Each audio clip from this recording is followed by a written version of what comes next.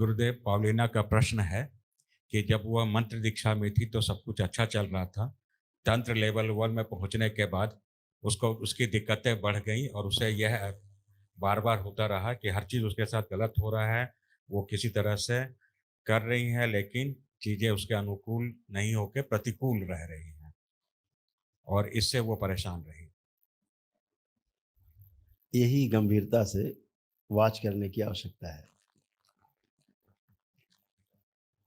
अनुकूलता और प्रतिकूलता दो बहुत ही विषैले कांटे हैं, जो अनुकूलता है वो सोने का कांटा है और जो प्रतिकूलता है वो बबूल का कांटा है। हैं दोनों ही कांटे। अनुकूल होता है तो अच्छा लगता है, सोने का है कोई बात नहीं, चुभ रहा है कोई बात नहीं, फिर भी पैसा नंबर 1 का है चाहे नंबर 2 का है, अच्छा लग रहा है। लेकिन दूसरा दो नंबर 2 का पैसा तो कूड़े का ढेर है। ये बाद में पता लगता है जब आदमी कहीं फंसता है, ये आवश्यकता होती है। तो दोनों ही पेनफुल हैं। एक जो सोने का कांटा है वो भी चुभन देता है और जिंदगी भर हम सोने के कांटे बीनते रहते हैं। अभिलाषा रखते हैं कि हम अनुकूलता में जिए, भले ही कष्टकारी है, अनुकूलता में जीते रहें। खूब खाना है बाहर का, स्वाद ले लेकर के, चाहे जहरीला भोजन है, खूब स्वाद लेकर के खाना है, अनुकूल है, लेकिन कालांतर में वो विष का काम करता है। ऐसे ही आपकी प्रतिकूलता है। किसी चीज को जो आपके अनुकूल नहीं है उसे आप प्रतिकूल ही मानते हैं।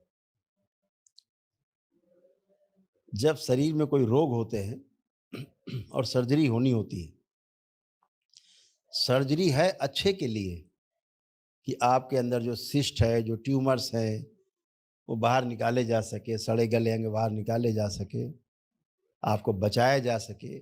फिर भी सर्जरी स्वीकार नहीं होती है, अनुकूल नहीं लगती है, लेकिन फिर भी आप सर्जरी करा के अच्छा महसूस करते हैं। दरबार भी ऐसे ही सर्जरी करता है आपकी। आपकी जो अनावश्यक अनुकूलता है उसे निकालकर दरबार नष्ट करता है, जो कि आपकी एक प्रकार की प्रतिकूलता ही होती है। आपके कष्टों को दरबार निकाल रहा होता है बाहर।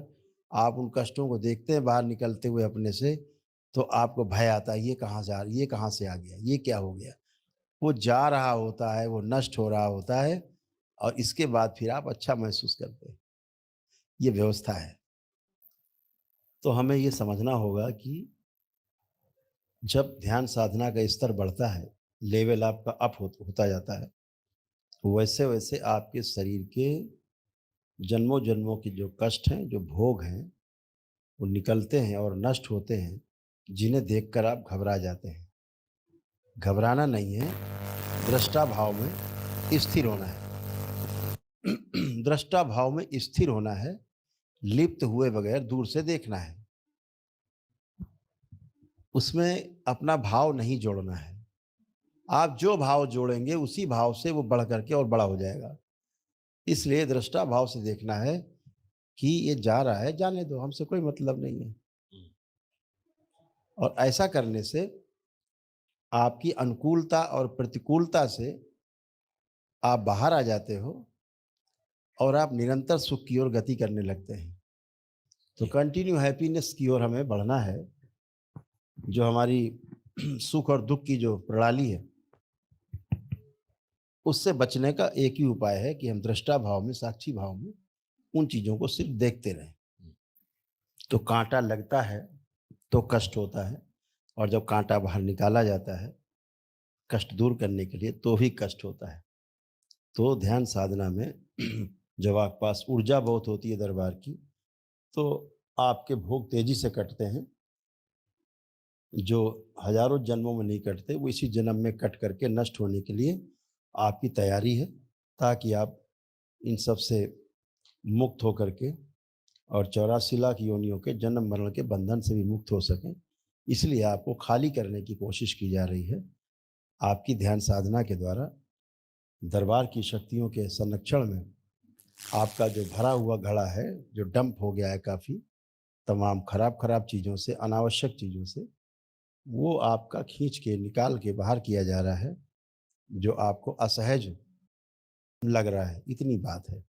तो दृष्टा भाव से देखना है, दूर से देखना है कि ये मेरा नहीं, जाने दो, मेरे अच्छे के लिए होगा।